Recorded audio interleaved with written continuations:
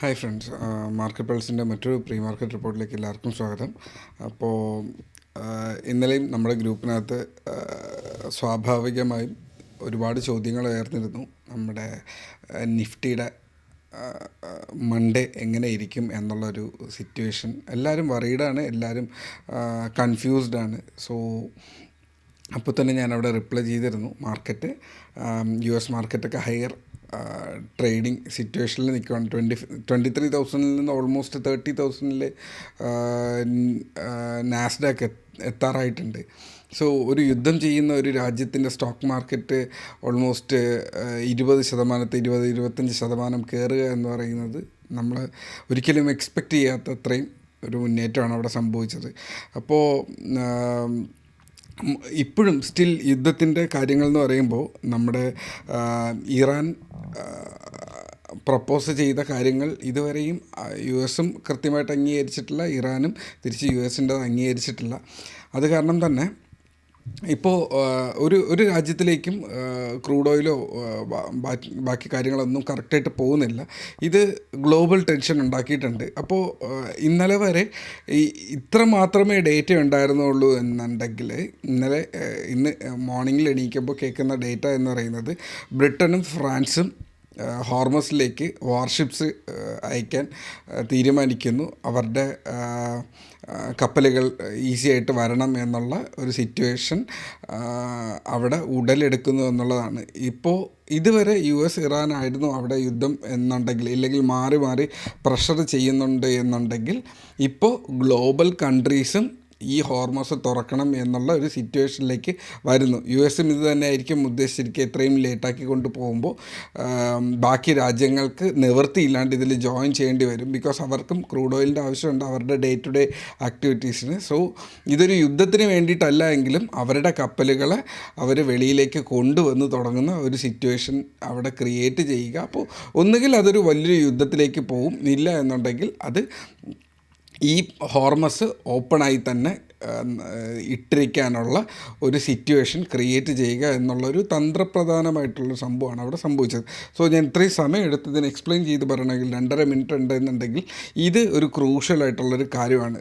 ഫ്രണ്ടിലോട്ട് ഇനിയുള്ള ഫ്യൂച്ചർ എത്രയും പെട്ടെന്ന് ഇത് ഓപ്പൺ ആവുമോ ഇല്ലയോ എന്നുള്ളതിൻ്റെ ഫ്യൂച്ചർ ഡിസൈഡ് ചെയ്യാൻ പോകുന്നത് ഇപ്പോൾ ഈ നടക്കുന്ന ഇതിൻ്റെ ഒരു ഔട്ട്കം ആവാൻ ഭയങ്കര സാധ്യതയുണ്ട്. അതുകൊണ്ടാണ് അതവിടെ എക്സ്പ്ലെയിൻ ചെയ്ത് പറഞ്ഞത്. അപ്പോൾ മാർക്കറ്റ് ഇന്നലെ വരെ US മാർക്കറ്റ് 2-2.5% ഹൈയിലിരുന്നത് കാരണം നമ്മുടെ മാർക്കറ്റ് ഓപ്പൺ ചെയ്യാൻ സാധ്യത ഒരു ഹയർ ഓപ്പണിങ്ങിന് ഉള്ള സാധ്യതയായിരുന്നു. നമ്മളൊരു 100 പോയിൻറ്റിന് മേളിലുള്ള ഒരു എക്സ്പെക്റ്റേഷൻ അവിടെ ഉണ്ടായിരുന്നെങ്കിലും ഗ്രൂപ്പിനകത്ത് ഇത്രയേ പറഞ്ഞുള്ളൂ. ആ ഒരു എക്സ്പെക്റ്റേഷൻ ഉണ്ട്, പക്ഷേ രാവിലെ തന്നെ തിരിച്ചറിയാൻ പറ്റുള്ളൂ എന്ന് പറഞ്ഞു. അതിനുശേഷമാണ് ഈ ഒരു ഡേറ്റ വന്നത്. ഇന്ന് ഇപ്പോൾ ഗിഫ്റ്റ് നിഫ്റ്റി നോക്കിയാൽ 100 പോയിൻറ്റ് ഡൗണിലാണ് ഓപ്പൺ ചെയ്യുന്നത്, അപ്പോൾ ട്രേഡ് ചെയ്തുകൊണ്ടിരിക്കുന്നത്. അപ്പോൾ നമ്മൾ 170 ലാസ്റ്റ് ഡേയിൽ നമ്മുടെ നിഫ്റ്റി ക്ലോസ് ചെയ്യുന്നത് 25-180 റേഞ്ചിലാണെന്നാണ് ഒരു റെസിസ്റ്റൻസ്. സ്ഥിരമായിട്ട് ഞാൻ പറയാറുണ്ടല്ലേ, 240 180-നും 240-ൻ്റെ ഇടയിലൊരു റെസിസ്റ്റൻസ് ഉണ്ട്. സോ ആ റെസിസ്റ്റൻസിൽ തട്ടി തിരിച്ച് അവിടെ നിൽക്കുന്ന ഒരു സിറ്റുവേഷനാണ്. എന്നാൽ ഇന്ന് ഓപ്പൺ ചെയ്യുന്നതെന്ന് പറഞ്ഞാൽ 25-100 അല്ലെങ്കിൽ 24,000 തൊട്ട് മേളിൽ ഒരു 24,060 കാണിക്കുന്നത്. അതായത് ഈ ക്യാൻഡലിൻ്റെ ലോഡ് അടുത്തത് ഇവിടെ ഓപ്പൺ ചെയ്യുന്നു എന്ന് പറയുമ്പോൾ ഇത് ഈ പാറ്റേൺ വിട്ടേക്കാം. നമ്മൾ പാറ്റേണിൻ്റെ ഒരു സിറ്റുവേഷനാണ് നിൽക്കുന്നത്. ഓക്കെ, പക്ഷേ ഓപ്പൺ ചെയ്യുന്നത് ഈ സപ്പോർട്ടിൻ്റെ തൊട്ടടുത്ത്, ഈ ഒരു പേർപ്പിൾ ബോക്സ് നോക്കിയാൽ മതി, ഈ സപ്പോർട്ടിൻ്റെ തൊട്ടടുത്ത് ഓപ്പൺ ചെയ്തിട്ട്, അപ്പോൾ ഓപ്പൺ ചെയ്ത സമയത്ത് തന്നെ സെല്ലിംഗ് ആണ് വരുന്നതെങ്കിലോ എല്ലാവരും പാനിക് ആവുന്നുണ്ടെങ്കിലോ മാർക്കറ്റ് ഈ ഒരു ട്രെൻഡ് ലൈൻ ബ്രേക്ക് ചെയ്ത് താഴേക്ക് വരാൻ തുടങ്ങും. 23,960 880 720 റേഞ്ചിലേക്ക്. 800ഒക്കെയാണ് യഥാർത്ഥ സപ്പോർട്ട്. കിട്ടിയില്ല എന്നുണ്ടെങ്കിൽ, ഇൻ കേസ് ആ ഒരു സപ്പോർട്ട് കിട്ടിയില്ല, ഈ ക്യാൻഡിൽ റെഡായിട്ട് തന്നെ ഫോം ചെയ്തുകൊണ്ടിരിക്കുന്നു, ഒരു 15-30 മിനിറ്റ് ക്യാൻഡിലൊക്കെ റെഡാണ് എന്നുണ്ടെങ്കിൽ അവിടെ എല്ലാവരും കളക്റ്റീവ് ബിഹേവിയറായിട്ട് ഒരു നെഗറ്റീവ് സൈഡിലേക്ക് പോവുകയും മാർക്കറ്റ് ചിലപ്പോൾ 800 720 500 റേഞ്ചിലേക്കൊക്കെ 600ലേക്കൊക്കെ വരാനുള്ള സാധ്യത കാണുന്നുണ്ട്. ഇൻ കേസ് ഓപ്പൺ ചെയ്തതിന് ശേഷവും ഇതൊരു വലിയ വാലിഡ് ആയിട്ടുള്ളൊരു റീസൺ അല്ല എന്നുണ്ടെങ്കിൽ മാർക്കറ്റ് ഓപ്പൺ ചെയ്ത് 24,100-ന് മേളിൽ കയറിയാൽ ഓക്കെ, ഈ ഗ്യാപ്പ് ഡൗണിൽ ഓപ്പൺ ചെയ്തെങ്കിലും ബയർ ഉണ്ട് എന്നുള്ളൊരു സിറ്റുവേഷൻ ഉണ്ട്. എന്നിട്ട് 180-ക്ക് മേളിൽ ഇന്നലത്തെ ക്ലോസിങ്ങിന് മേളിൽ വന്നു കഴിഞ്ഞാൽ 180 or 240-ക്ക് മേളിൽ വന്നു വന്നു കഴിഞ്ഞാൽ ബയറുടെ സ്ട്രെങ്ത്തിനെ അത് സൂചിപ്പിക്കുന്നുണ്ടാകും. താഴെ ഓപ്പൺ ചെയ്തിട്ട് 100 പോയിൻറ്റ് നിഫ്റ്റിയെ മേളിലേക്ക് കയറ്റാൻ പറ്റുമെന്നുണ്ടെങ്കിൽ അതിന് മേളിൽ അത് കയറിപ്പോകാനുള്ള സാധ്യതയുണ്ട്. സോ അറ്റ്ലീസ്റ്റ് ഇത്രയെങ്കിലും വരാനുള്ള സാധ്യതയുണ്ട് 180 240 റേഞ്ചിലേക്ക്. അപ്പോൾ 100 180 240 എന്നുള്ള റേഞ്ച് വരെയെങ്കിലും നിങ്ങൾക്ക് ട്രേഡ് കിട്ടാനുള്ള സാധ്യതയുണ്ട്. സോ ഇതാണ് എൻ്റെ ട്രേഡ് പ്ലാൻ എന്ന് പറയുന്നത്. ഇന്നത്തെ ദിവസം ഞാൻ പേഴ്സണലി ചെയ്യുന്നുണ്ടാവും, ചിലപ്പോൾ 2 അക്കൗണ്ടിൽ ചെയ്യുന്നുണ്ടാവും, ചിലപ്പോൾ ചെയ്യുന്നില്ലായിരിക്കാം. കൃത്യമായിട്ടുള്ള SL-ഉം ടാർഗറ്റും ഇത്ര തന്നെയാണ്. ഏതാണോ തൊട്ടടുത്തുള്ള nearby support and resistance അതിൻ്റെ തൊട്ടടുത്ത് നിങ്ങളുടെ SL നിങ്ങൾ മാർക്ക് ചെയ്ത് വയ്ക്കുക. എടുക്കുന്ന പൊസിഷൻസിന് കൃത്യമായിട്ടുള്ള SL മെയിൻറ്റെയിൻ ചെയ്യുക. കാരണം ഇടയ്ക്ക് ഞാനൊരു ലാസ്റ്റ് ദിവസം പറഞ്ഞിരുന്നു, ഒരു പൊസിഷൻ നമ്മൾ SL വെച്ചിട്ടില്ലായിരുന്നെന്നുണ്ടെങ്കിൽ ക്യാപിറ്റലിൽ 80% സിംഗിൾ ക്യാൻഡലിൽ അത് മൂവ് ചെയ്തിട്ടുണ്ടായിരുന്നു.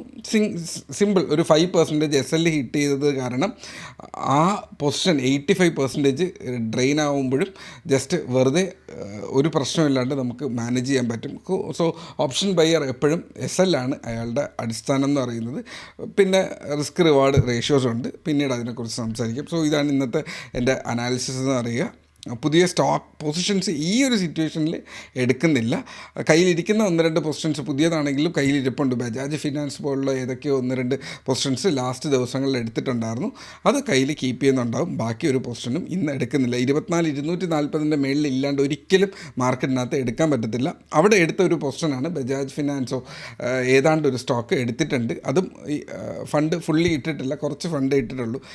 ഈ വാർ എൻഡ് ചെയ്തു എന്നുള്ളൊരു പേപ്പർ സൈൻ ചെയ്യാണ്ട് എൻ്റെ ക്യാപിറ്റലിൻ്റെ 50%-ന് മേളിൽ ഞാൻ മാർക്കറ്റിൽ അലൗ ചെയ്തിരിക്കില്ല. ഇതുവരെയും 50%-ൻ്റെ അടുത്ത് എത്തിയിട്ടില്ല. അപ്പോൾ ആ 50%-എങ്കിലും റീച്ച് ചെയ്യണം എന്നുണ്ടെങ്കിൽ ആ ഒരു പാക്റ്റ് സൈൻ ചെയ്തിട്ടുണ്ടാവണം. അതിനുശേഷം മാർക്കറ്റ് റാലി ചെയ്യുന്ന സമയത്തായിരിക്കും ബാക്കിയുള്ള 50% മാർക്കറ്റിൽ ഡിപ്ലോയ് ചെയ്യുക. അവസരങ്ങളില്ല. 2 മാസത്തോളമായിട്ട് ക്യാപിറ്റൽ വെളിയിൽ തന്നെയാണ്, പക്ഷേ സേഫാണ്. അതാണ് അതിൻ്റെ ഏറ്റവും ഇമ്പോർട്ടൻറ്റ്. സേഫായിരിക്കുക എന്നുള്ളതാണ് ഏറ്റവും ഇമ്പോർട്ടൻറ്റ്. സോ ഇതാണ് പ്ലാൻ. ഇത് പറഞ്ഞു തരുന്ന ഗ്രൂപ്പിനകത്ത് ബേസിക്സ് ബിഗിനേഴ്സ് ഉണ്ട്. മാർക്കറ്റിലെ ഏതൊരു മൊമെൻറ്റിനെയും ട്രേഡ് ചെയ്യാൻ വേണ്ടിയിട്ട് നിൽക്കുന്ന ആൾക്കാർക്ക് അവിടെ സേഫായിട്ടിരിക്കുക എന്നുള്ളത് മാത്രമേ ഉള്ളൂ. So trade safe, take care.